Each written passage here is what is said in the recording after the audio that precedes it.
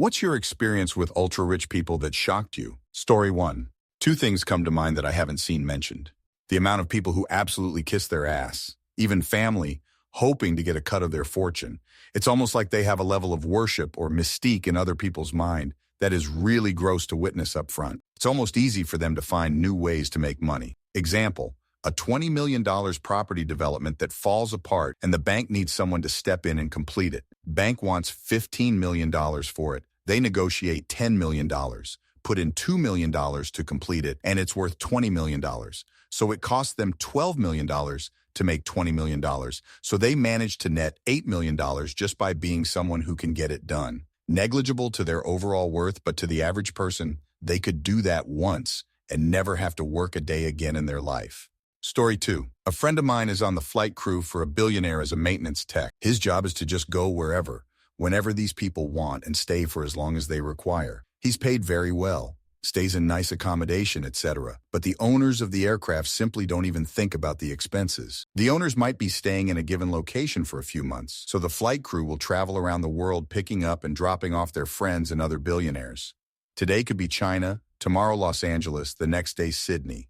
They have to stock the plane with exclusive liquors, foods, etc., and some places they have to find narcotics. It's just a wild scene with not a single consideration of the bill. Story 3. This Saudi girl I met at uni was super chill, really cool and down to earth and grounded, always dressed very low-key in oversized hoodies and didn't really wear any notable jewelry.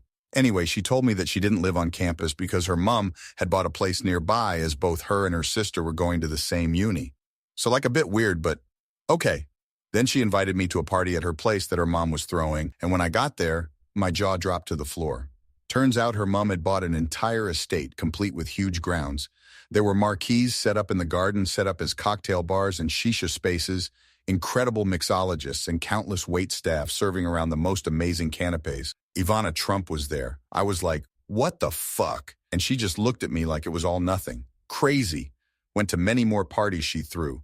The best one being a casino night where they essentially built a casino inside a marquee in their garden with all the games you'd expect and proper dealers and all. Blew my mind how insanely rich they were, and you'd never guess from just seeing them out and about. And they were the nicest, sweetest, most down-to-earth family. Not that rich people can't be nice, but obviously that's the stereotype. Story 4. Maybe not ultra-rich, just regular rich, but my friend works for a private company where the board of directors had to be all original family members. So one of the adult executives got legally adopted by one of the members so that they could be on the board. Story 5. The scene about how much can a banana cost? $10? From Arrested Development is true. My wife worked for this large family-owned coffee empire, and her boss, the daughter carrying the name of the company, was told that her parking in the underground garage was pretty expensive. She said, honestly, how expensive can it be to park the car for a day? A couple of hundred? I recognized the meme, so I showed the scene from AD, and she couldn't stop laughing. But yes, she wasn't ultra, just normal rich. Story 6. A friend in college was from Japan. His father owned a plastics company and was crazy rich. One day he asked to borrow $1,000 until his allowance came. I said I didn't have $1,000, and he was like, I don't mean cash. You can write me a check. And I said, no, I literally didn't have $1,000. He was dumbfounded. Story 7. I used to be a big-time Jeep 4x4 off-road guy. I made friends with one of the guys behind the counter of a local 4x4 store. We'd occasionally go out for beers or dinner and got to be pretty close. I knew he had a degree in mechanical engineering, but he never spoke much about himself or his family. One day he called me up and asked me if I was interested in going to watch a big GT Daytona 24 type car race in PHX. I laughed and said I'd love to, but I can't afford that shit. His response was, my dad will swing by Denver and pick us up in his jet, and then we'll fly on to the race. He's fielding a new Daytona prototype car. I'll cover everything.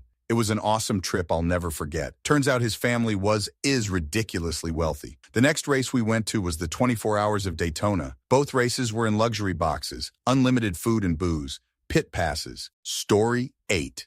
A local family with generational wealth and smart business minds grew their businesses to become multi-billionaires, but they'd still stop at the chain of corner stores they owned to get coffee and snacks. I went there for coffee after they switched from very bad coffee to very good coffee. And there was the patriarch of the family getting us coffee at the coffee bar. I introduced myself, shook his hand, and congratulated him on the massive improvement in his store's coffee. I asked him what was behind the change after decades of selling the same less-than-average coffee. My brother and I were stopped for coffee one day, he said, and he took a big gulp and he looked at me and he says, "Tell me again why we sell such shitty coffee." LOL. Story 9. I work at a private high school, and every year each class starts with an overnight class retreat. One year, we couldn't find a location that would take the junior class, so one of the parents just casually bought a summer camp, and the junior class had their retreat there. Story 10. They're able to buy books for decorating an entire wall. Like, having a lot of books makes someone seem smart, actual proven psychology. Now, for the ultra-rich, there's interior designers that basically get you as many books as you need to fill up a wall, but all ordained by color. You don't even know what books they are. It just looks cool. Story 11. A buddy of mine, who has since passed away from cancer, while going through treatment, was working at a bike shop. One of the customers is a Wall Street guy who is a billionaire several times over. My buddy mentioned to the rich guy that he got denied getting into a cancer treatment trial at UNC. The rich guy said, somebody should do something about that. And 2 days later, my buddy got a call and they told that, due to recent events, he is in the trial. I always thought that was cool. Story 12. Had a client who purchased a newly built penthouse apartment and wanted a jacuzzi on the balcony. It would have meant a structural column was needed in the middle of the balcony below, which the contractor who built the apartment block wouldn't go for as it would impact selling that apartment. Client buys the apartment below, approves the column, jacuzzi is installed, then privately sells the apartment below. Voila, problem solved. Story 13. Met a guy who was a tiler. I inquired how much he'd charge to do my bathroom floor. He showed me a magazine he had in his pocket and said he just finished tiling this house, owned by James Packer. It had taken him 3 or 4 years to complete the job, and he had spent over $10 million just in materials. He told me he didn't look for work and he didn't do quotes, and he was booked out for the next 10 years with jobs. Story 14. Told a customer I clean for a living. They were out of paper towels. She then asked me where would I get more. My personal shopper is on maternity leave and her replacement has not come yet, as she stared off in the distance, afraid of the horrors of the grocery store. Story 15. Depression. I met various people from extremely wealthy backgrounds, international elite. I met by working at a tech startup founded by one of them. They were largely the children of billionaires. A couple of them, both younger men, are so listless, flip-flopping between things, not really committing and bummed out about life. The startup was half-arsed. The CEO's dad bankrolled it and stopped turning up after a while because he got sick of it. I think they have too much choice. Meanwhile, I'm too busy with work and trying to pay my mortgage to be bummed out. Story 16. He was bewildered that people work hard to improve their lot in life, that people study, take a second job, move jobs for better pay, try to accrue a pension, that kind of thing. The idea that people's salary is all the money they had was alien to him. Story 17. Guy built a house on a lake and wanted a big giant boathouse or dock. Was told no because of the piles that would need to be drilled into the lake, which would disturb the environment. So he did it anyway and paid the $50,000 fine for an unpermitted building. But it couldn't be taken down because that would disturb the environment again. Story 18. Not sure if he is considered ultra-rich, but it was definitely a different bracket than mine. I used to work in a restaurant, and there was an older gentleman who would come in maybe once or twice a month, and he always knew someone at 2 or 3 tables. He'd come up to the host stand and make it known that he'd be paying for all their bills. Every time. It was the one and only time I've ever handled a black Amex. Those things are thick. He was very nice and always left a humongous tip for whoever was serving the tables. Story 19. I was selling concessions at my child's high school as part of parent volunteering during an event. Pizza slices, hamburgers, sodas, ice cream, you get the idea. First few sales into the day and someone hands me a black Amex for like $25 in snacks. Those things are weighty. First time I'd ever seen one, but it wouldn't be the last. I worked a 6-hour shift selling concessions, and I had at least 10 people use a black Amex that day. These were not people from the same families either. Our school includes a very wealthy area of town with old money where people dress unassumingly and drive modest vehicles. So you'd never know that you're eating lunch next to a millionaire or billionaire. Story 20. They don't spend money on or care about stupid shit. A landlord friend of mine owns a yacht that's crewed all year round. His net worth and assets is 60 million pounds. He drives a 15-year-old Range Rover and dresses like a tramp. Another rich person who I know, director of a large building services company, has a house that most people in the UK would call a mansion, yet every TV is old plasmas. Admittedly, he drives an Aston Martin, but it's 10 years old. His phone is some cheap crap he bought off Amazon after searching for phone. I remember having a conversation with him stating that if he got a flagship Samsung, he could install all the latest apps and stay in contact with his friends and family. His reply, you say that like it's a benefit. Me, it also has a 2-day battery life. Him, mine lasts a week. Story 21. Had large private beachfront cottage. Along this strip, there was one very small public beach that was looking to improve the parking lot. He felt this would diminish his enjoyment of his private beach, so he hired a lawyer to ask for environmental assessments of the project, delaying it for years. He had a private beach and wanted to deprive others of going to a public beach. Disgusting. Story 22. I think the word ultra isn't necessary in my case, but I've met someone who was more than rich but not wealthy, or at least I guess. I said that before here. He, as a kid, had no concept of value of anything. He got some pocket money weekly, and it was higher than mid-monthly salary here, that's much I remember. But he basically asked and got money anytime he wanted. He wanted a car while being very, very young, around 13, I think. You can't have a license here until 18, so a seemingly pointless purchase. Parents bought him a new car anyway, a new one, not some second-hand thingy so he could learn how to drive. He didn't understand how people could live in an apartment. It was simply beyond him. He even said something along the line, why people just don't build houses when they can't afford to buy a built one. He went to some artsy high school. Honestly, that school was a joke. He was studying there a public speaking whatnot. Later, he was giving financial advice in public speeches how to save money. Basically, you can save over half of your salary if you just go somewhere for vacation only once per year. Or even better, don't be afraid to invest some small amount. After which he proceeded to mention an exorbitant amount. Boy was still delusional in his 30s. I have no info about him now. Story 23. Grew up with a quiet kid. Always friendly but not outgoing. His dad was my basketball coach and was always incredibly nice and one of my favorite coaches I had. His grandpa came to every game in a work pickup, wore flannels, jeans, and old boots. When I got into high school, I learned they owned a company worth hundreds of millions of dollars. Had no idea. Just thought they were nice, quiet people. Story 24. Not ultra-rich, but a net worth of about 7M. Inherited, not earned. Shocked by her belief that her self-worth is tied to her money and her entrepreneurship. Disgusted by her willingness to destroy others' careers. People who have to actually work for a living and will not be inheriting millions. Has destroyed multiple people, their career, their reputation. I think it's a game to her. She's effing dangerous. Story 25. Work for a family office worth about 1B. 3 or 4 families could live off of the waste. Didn't like where a transformer was on his ranch property, so we moved it for $25K. Decided a week later, really did like original location, moved it back for another $25K. Stuff like that all the time. Story 26. I worked with a billionaire, 5 PJs, helicopters everywhere, yacht with a helicopter on the back. The thing I found striking was how they handle money. They just borrow and borrow. They never sell assets, just borrow against them. They also sell debt and do debt financing. All kinds of weird shell games. I was around when he was getting ready to buy a basketball team, and it was all he was talking about for a while. Story 27. I work in luxury hotels in major cities and vacation destinations. Few things that surprised me.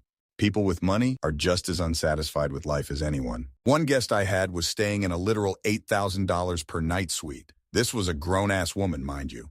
Her in-room phone wasn't working. When she came down to the front desk, she actually had a mental breakdown and started crying because she wasn't able to contact anyone and she didn't know if the world was ending. This was in 2017. I had a couple ask me to tell their son no because he wouldn't listen to them. They said he needed a strong, disciplined voice.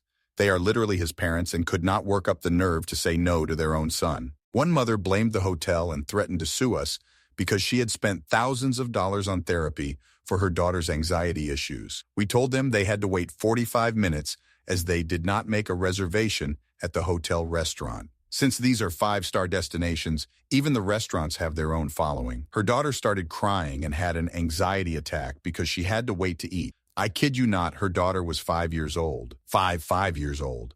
Lady 5 years are supposed to cry when they don't get their way. They're 5. Also, who spends thousands of dollars on a 5-year-old's anxiety issues? What?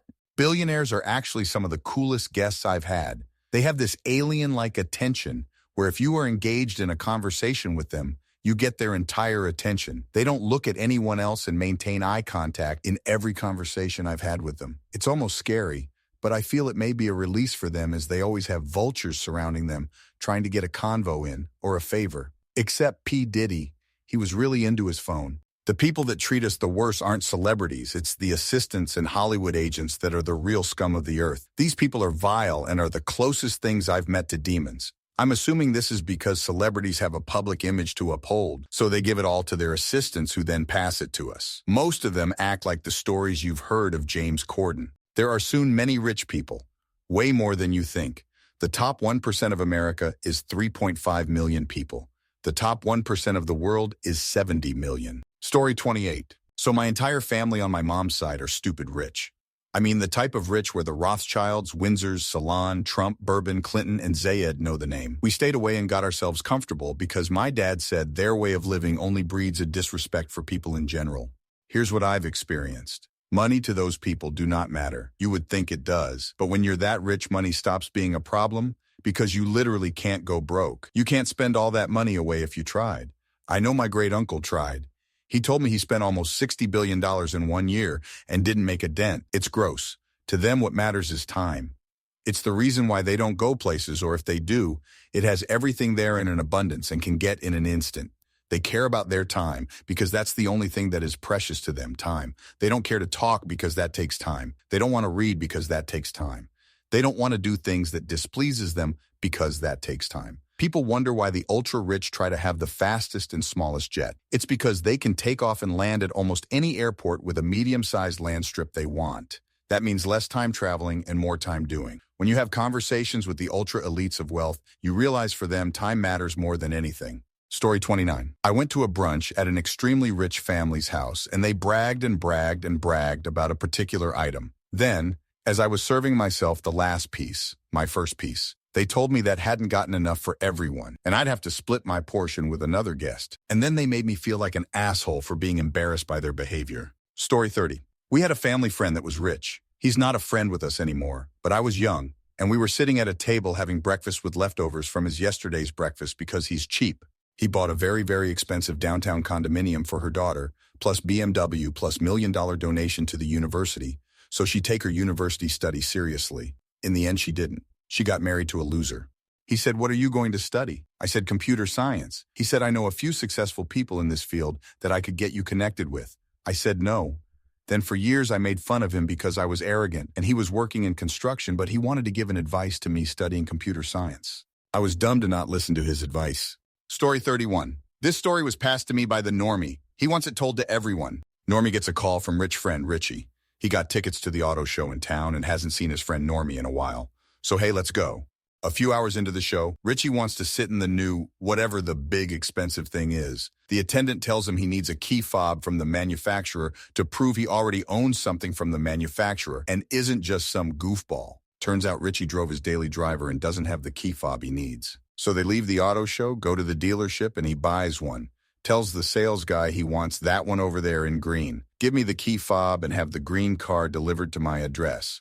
They set all the details up, give him a final price, including delivery, and he just calls the bank and has them hire a courier service to run a check down to the dealership.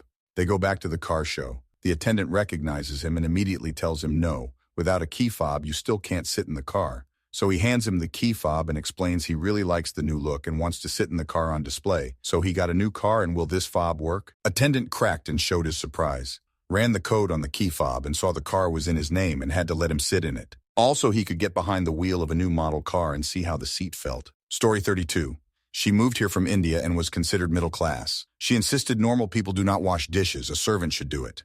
Totally normal middle-class girl beyond that. Even acknowledged that the caste system and poverty created a need to employ the poor in India to do such work. But the bitch would not touch a plate after it had been microwaved, not even into the dishwasher. Servant work. To be fair, she was crazy generous and would point out that literally any homeless person in our city could be paid and housed to do it, which is true. But it was just unbelievably self-centered IMO. The dishwasher is right there. Story 33. I worked 3.5 years with the ultra-rich residents in an apartment complex, and that had 250 apartments. One was the owner of Fortnite. I only saw him twice. He had his kids living there. He was mostly one of his yachts traveling the world. There were 3 New York best-selling authors and many top leading entrepreneurs. There were 4 members of the local professional football team living at the apartment too. Usually I would see and interact with them when they were in the common areas, media, conference, dining room, or coffee areas. If I was sitting at the concierge desk, they often stopped by asking a question or requesting a service. In general, they were nice. Many had personal assistants that would do whatever they needed, from walking their dogs or arranging their artwork or items as such being delivered to their units. It was my 1-year anniversary there. One resident was in NYC. She arranged for the entire crew to have a full Italian dinner sent over to celebrate me employment there. Some were all business and expected top service, and they got it. Others would be polite and talk to you about your day and took personal interest in our lives and considered us friends. There were 3 that owned real estate companies and 2 that owned investment management businesses, and talking stocks was a topic we often discussed. We were not allowed to accept tips, and that was fine with me, because coming from hotels, I hated the way your coworkers would try and snake you. They were allowed to give us a holiday bonus. I worked at this apartment complex for 3.5 years. Every year the bonuses increased. The company bonus too increased. Average company bonus was about $2,700. Average resident bonus was roughly $13,000 a year. I retired in February of this year. After 7 months of working there, I was promoted to lead porter. There were 6 of us and 5 concierge. The main rule we were given was to be friendly, but not friends. One resident wanted to pick my wife and I up with his driver, take us to join him and his girlfriend to the football stadium and watch the game in his suite, and then treat us all to the most expensive steakhouse in the state. Unfortunately, I had to turn him down on his kind offer. Story 34, not my personal experience. This was told to me by a designer I was working with on a project. She used to work for Dior Couture in the workshop. One day, a customer came to pick up a custom jacket she has ordered. When checking out, she glanced at the bill and said, "Oh, but it's only €45,000. It's so cheap. Why didn't you tell me that before? I would have taken 2 jackets." Story 35. I was in a drive-thru for a coffee shop and there was a Ferrari 458 in front of me. Really cool car and not something I get to see often, so I was enjoying getting a close look. The driver goes to pull around to the window after ordering and drags the side of the car against the yellow bollard. Crunches the door pretty hard. I audibly yelled. The driver gets out and is understandably freaking out, looking at the car, the bollard, hoping some magic would happen to undo what had been done. Then the passenger gets out and he's laughing. What an asshole to be laughing at his distraught friend who had just smashed up their expensive car. It soon became clear that the passenger was the owner and the driver was their friend who had just crunched the car. The owner was calming their friend down, explaining it was no big deal, he'd just get the car fixed and not to worry about it. Story 36. I was invited to play the North Course of the Los Angeles Country Club, an epic track that is very difficult to get on, especially for a lowly winemaker. But I sold the GM some wine and he invited me out. So I got there at 6:45 a.m. for an 8 a.m. tea time. Clubhouse is supposed to open at 7. But as I pulled up, a guy came down in an LACC windbreaker, took my clubs and asked if I wanted a cup of coffee. After we were all set up and chilling in the locker room, I asked him, "I'm not sure how it works here, my good man. Are you able to receive cash tips? Some clubs don't allow." "Oh, I don't work here," he laughed. "I'm a member." Later, I saw him leaving in a Lambo. Dude could have bought and sold me 1,000x over, but still showed amazing hospitality to a visitor to his club. Story 37, that they're usually pretty nice. Back in the 90s, I delivered pizzas in a pretty exclusive area. This was one of the towns that some of the pro athletes lived in, then various business owners, CEOs, etc. Anyway, most of the people were really nice. One guy and his wife were concerned that I didn't have an investment plan started. I mean this in a good way. Like they were worried about my future. There were other similar gestures from others that were also well-meaning. Now, their kids could be assholes sometimes. The people who actually earned the money, though, more often than not, they were solid people. Story 38, 20 years ago. A casual friend asked me to be his +1 to a destination wedding. He is gay, but was told he needed to bring a female. We were friendly, but I didn't know much about him, other than he was cool people, and when we all went out in our friend group, he always looked amazing. I was like, "Okay, how much?" "No worries, I got it." Turns out it was one of those many-day-long Indian weddings. In India, he flew us there on his family's private plane. We stayed in separate suites at a gorgeous hotel. All kinds of wealthy and famous people were there. I think my jaw was on the floor the entire trip. I received a gift bag with like $20K worth of jewelry, local luxury goods, and tech devices. He offered me his bag BC. He didn't need a MacBook. Hell yeah. I never thought I would enjoy a big-ass wedding like that, but I also never thought I'd get to see so many famous people up close either. Hands down incredible. Story 39. Not my story, but of a housekeeper I worked with at a hospital. Sweetest woman I have ever met. She told me a story of how after spending 8+ hours cleaning up this rich woman's house, when it came to payment, the rich woman picked up the housekeeper's purse, took out money, and gave it to her. When she complained saying that was her money already, the rich woman threatened to call the police. She had also had rich women put out cigarettes on her back while working. Story 40. I did a male nanny job for a rich couple who wanted someone to care for their kids. The wife didn't want a female nanny and I was in college, so it helped pay the bills. One day they asked, "Do you want to go to Hawaii?" Turns out the company that the husband was the COO of was doing an executive retreat in Hawaii. Instead of finding daycare in Hawaii for their kids, they thought it'd be easier to just pay for me to fly to Hawaii, care for the kids during the day, and then have my evenings or their family time free. So I went to Hawaii on their dime, had my own hotel room, they paid me for my time and gave me a large stipend for my own food, entertainment. I ended up with pretty much every evening off, so I got to spend it. During the day, I brought their kids to the beach, we went hiking, and did some touristy running around. On top of that, they gave me $5K in spending money in case any of the kids wanted anything. I had to show receipts, but when I tried to turn in the receipts, the wife just said, "Oh, don't worry about it, it's only a couple grand," and never verified how I'd spent some of that money. I couldn't tell if she just trusted me implicitly by that point or if she truly thought the amount was so small, it didn't matter. They were a really nice family, just very well off, which made just spending money on any problems the easiest answer. I actually got invited to the oldest daughter's high school graduation because she considered me a friend. Story 41. My husband was selling something to his friend who has money. They had to go to the bank to get a check made out. This was some elitist bank I'd never even heard of, but they have a guard at the door and a doorman to open the door. The doorman and every person he passed by greeted him by name. "Welcome, Mr. Smith." "Good afternoon, Mr. Smith." "What can we do for you today, Mr. Smith?" It was wild. Story 42. I will sometimes pick up work from my uncle with his livery service. I encounter varying stages of wealthy people. The majority of them seem so disconnected from how the rest of us normal people live. I remember once explaining to a client that the majority of people cannot afford to hire the service they're using. They were like, "So then, how would they get to the airport to go on vacation?" I said, "Assuming they can afford to go on vacation, they would probably have a friend or family member bring them." They said that sounds like such an inconvenience, and couldn't understand that most people can't afford to go on vacations regularly. Story 43. I knew a guy from a crazy wealthy family. He and a girlfriend, not even a super serious girlfriend, took a weekend trip to San Diego. This was from LA, so not a crazy trip. They flew down in his family's jet. While there, instead of renting a car, he bought a brand new Porsche 911. When they drove back, he decided he didn't love the color and gave her the car. Bought another one for himself. Story 44. Not shocking, but how ordinary they are in behavior. I helped with some fundraising events and got to meet and observe quite a few wealthy people, including billionaires. What surprised me was how average and or ordinary they looked and acted, just like all of us. Nothing like the egotistical billionaires we see in the news. Nobody pretentious or snotty either, just regular people. And if you didn't know, you'd never guess they were ultra wealthy or powerful. A few were even pretty fun to chat with. Story 45. In college, I worked at a small municipal airport in the middle of East Texas. Most of the traffic we had was old guys who flew for hobby and just a few private, corporate jets a week.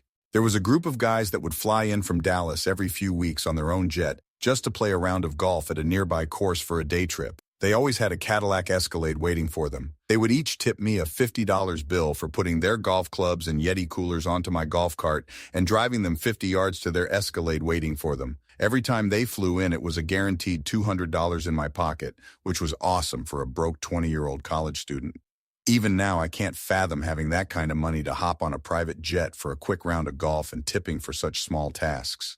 Hope those guys are doing well. They were always a pleasure to be around regardless of their generous tipping. Story 46. I had a neighbor buy a house so her son would have a place to stay while going to university. She lived elsewhere. She bought him a fancy car and told me he never took it out of the garage because he preferred to Uber. 2 months after she furnished it, she told me while we were both outside that her washing machine stopped working. It was a hassle to get it fixed, so she bought a whole new set. I told her I'd look at it, and it turned out to be the breaker. I reset it and washer worked. I suggested she should try to cancel her order. She later told me that they delivered the new set and she just gave the old set to the delivery guys. She was a really nice and not outwardly ostentatious person, but it was clear to me we lived in two different realities. Story 47. I was a subcontractor for a company that worked with the local police on a tropical island in April of 2023. We were setting up security cameras for Carnival. The night before I went on the plane, I decided to eat at a nice restaurant on the marina with a fellow subcontractor on the company's dime. company tradition. The people one table over had come from their yacht in the marina. They were eating in a restaurant that charged over a month's worth of my groceries for a steak on a tropical island. The night carnival started. And the most interesting thing the table next to me had to talk about was, are you going to claim your so-and-so this year on your taxes, or will you let them file for themselves? Story 48. When I started at private school, I expected to find spoiled, arrogant kids flaunting their wealth. Instead, I was surprised to find that most were incredibly down-to-earth and approachable. Conversations rarely centered on money or status. Instead, they revolved around shared interests like music, sports, or weekend plans. Many of my classmates were humble, genuinely kind, and often involved in volunteer work. Story 49 briefly dated major trust fund Hollywood Hills guy. He skied, played guitar, and was into photography. Was really good at all those things, like actually very talented, but he didn't take any of it seriously, and he treated his stuff like trash. Thousands of dollars worth of cameras and photo equipment, guitars, sound studio in his house, etc. Just dumped everything everywhere. Armani clothes all over the floor. He wasn't a kid either, 30-yo when I met him. I realized he had never needed to take care of anything. It was a real turnoff. Story 50. I know a very rich guy who owns multiple well-known car dealerships. The finance company they use has a contest for all the finance managers, for the one who writes the most finance deals and gets an all-expense-paid vacation to Hawaii. My buddy won the contest, called his wife and said, "We're going to Hawaii." The dealership owner comes into his office and said he and his wife are taking the vacation he just won. Vacation time comes, and at the airport on the day of departure, the owner's wife breaks her ankle. Vacation canceled. Karma. My buddy quits shortly after, and the owner pleads for him to stay because he's a top producer and can't find anyone else as good as him. Now he's making more money and winning all the contests at the new dealership, that who is also a major competitor of the dealership he recently quit. Karma again. Karma. Story 51.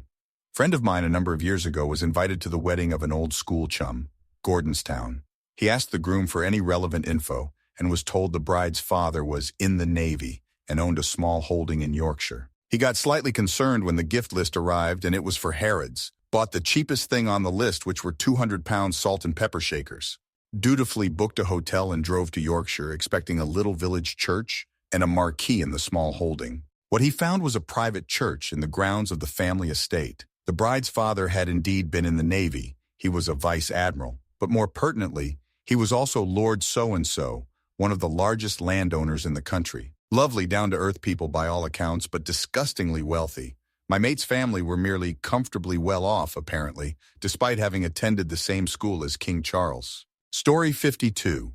I had a student who was the wife of a very, very rich Japanese man. She knew Jeff Bezos personally, and when big fashion brands like Hermes had a new line, they'd invite her for a private fashion show to show off their new clothes. Despite correcting her many times, she got my name wrong every single time. This was a private student, mind you. It was always one-on-one, so using distraction as an excuse for getting my name wrong doesn't fly. I finally understood that she would create a concept in her mind that would explain things well enough for her, and once she hit that point, that was it. Her brain shut off all inputs so it could focus more on herself in the moment. I saw this same pattern repeated in other areas as well. This level of vacuousness has not expressed itself among all the wealthy people I've met, but none of the other rich people I've met had that level of wealth. I don't think she was an idiot by any means. I just think she allowed her wealth to color her perceptions in a very self-centered manner. Her wealth allowed her to not care about anything. She could get things wrong because there were billions of yen to bail her out of any situation. So why bother? Story 53. I, 63F, retired San Francisco realtor, sold a two-halves killer view condo for a guy who lived in Seattle and Palm Springs. He bought it because he drove back forth once a year, but since he had a German Shepherd several years back, staying in a hotel midway was inconvenient. So he bought a condo that he owned for 20-plus years that he only spent 2 nights per year in, one on the way from Seattle to PS, then one on the way back from PS to Seattle. Story 54. I was a homeless teenage girl sitting on the sidewalk panhandling and was also going to sleep there. A drunk dude came by, absolutely dripped out in designer clothing, and sat right in front of me, blocking my sign and cup. He needed to tell me that money isn't the answer to my problems. He would know, he has a ton of it. He proceeded to pull out his wallet that was so fat it could barely fold up and show me it and put it back in his pocket. He sat there for about 10 minutes, bitching and complaining about money. At one point, I was tired and wanted him to leave, so I was like, if you hate money so much, maybe you could give me some so I can eat today. And he was like, you're right. I'm going to give you my money. I don't even want it. He proceeded to pull out $5, the lowest denomination of Canadian bills, and give it to me, and acted like he was the best guy on the planet for doing so. Don't get me wrong. Obviously, I appreciate anything anyone gives me, but holy fuck, dude. Ranting to a homeless teenager asking for help about how rich you are and how your life is worse because you're rich. I just can't understand that level of disconnect. Story 55. I worked in the private jet world for a long time and have had some pretty ridiculous requests. We were flying a guy to the Super Bowl in Houston a few years back. Halfway through his flight, he requested 2 matching rental Lamborghinis to be waiting for him when he lands. We had like an hour and a half to find these cars, for the Super Bowl nonetheless, which is one of the biggest private aviation events of the year. We found him a Lamborghini and a Range Rover, which was the best we could do considering. Another time, we had a guy request 25 pounds of crawfish only 30 minutes prior to departure out of a place that wasn't known for seafood. Somehow we managed to make it happen, but then the client was mad when it was fried crawfish and not steamed. Story 56. For me, it's just how out of touch many can be. Like, it's actually shocking. The Arrested Development joke about a banana costing $10 is so true. They also don't realize that the people around them and work for them aren't rich and don't enjoy the same luxuries as them. They'll try to give you financial advice. It's just nonsensical to the average person. One of my clients asked me what kind of car I drive and was dumbfounded when I told them I drive a 2016 Hyundai hatchback. Why not an M3 Touring or something nicer? Because I can't afford it. Story 57. My upstairs neighbor bought her son an almost $4,000 trampoline, and he never uses it. It's in the backyard collecting fallen leaves and twigs. Here's another. I work at a private school. I overheard one mom talking to another mom about how she should really look into buying a house on Turks and Caicos. We have one, and love it more than our house in the Dominican. Story 58. I started talking to this 50-year-old man at breakfast IJ Jackson Hole, and he mentioned he lives in San Francisco, where I was born and raised. I asked him where he lives in the city, and he says Sea Cliff. I then asked him if he lived on the cliff. He looks at me kind of funny and says, yes, I do. This location is heaven, and the homes are out of this world, over the top expensive and hard to get. He then tells me that he will have to move as the Bay Fog is getting to his wife. He planned to move to Sonoma. So I say, well, that should be simple. After you sell the Sea Cliff home, you will have plenty of money to buy in Sonoma. He looks at me with a confused look on his face and says, why would sell my home in Sea Cliff? Story 59. One summer I worked as crew on a super yacht in the Mediterranean. The guy who owned it owned the company that made engine blocks for Mercedes. This yacht had every toy imaginable: water skiing, scuba diving, jet skis.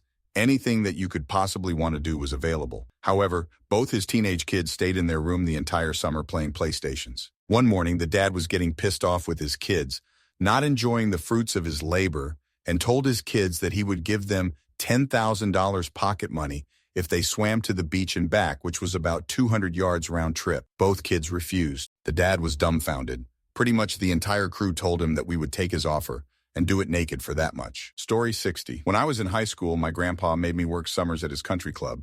That way, the right people would recognize me. Fast forward a few years, I finished college. I was out to dinner with my parents at a nice steakhouse to celebrate. One of the guys who is a regular at the country club comes over and says hello. It comes up that we're out celebrating my graduation. Well, if you need a job, you know which companies are mine. Give me a call. I'll get you in somewhere. I already had a job lined up, so I graciously declined. I knew of one of his companies, the biggest, but I realized I didn't know too much about the guy. I Googled him when I got home. He owned a 30% stake in an $800 million company and fully owned a few smaller ones. His net worth was in the ballpark of $450 million. Kind of weird, just offering a kid a job just because you know his family. But if you've got hundreds of employees, what's one more? Especially if it gets your golf buddy to owe you one. Story 61. I had a friend in high school whose parents just casually bought her everything she needed to become a streamer, from wall soundproofing to high-end microphones. Her bedroom was basically a professional production studio with a place to sleep in it. I didn't realize her family was loaded beforehand, so it completely changed the way I saw her. Another girl at the same school was the only person who reacted strongly to learning how much money Nelson Rockefeller had. She blurted out something about being so poor. For reference, her family literally owns dozens of factories in Bangladesh. That reaction just shocked me, given she was by far the richest person in the room. My relationships with both of them ended with burnt bridges given both of them turned out to not be very empathetic as adults.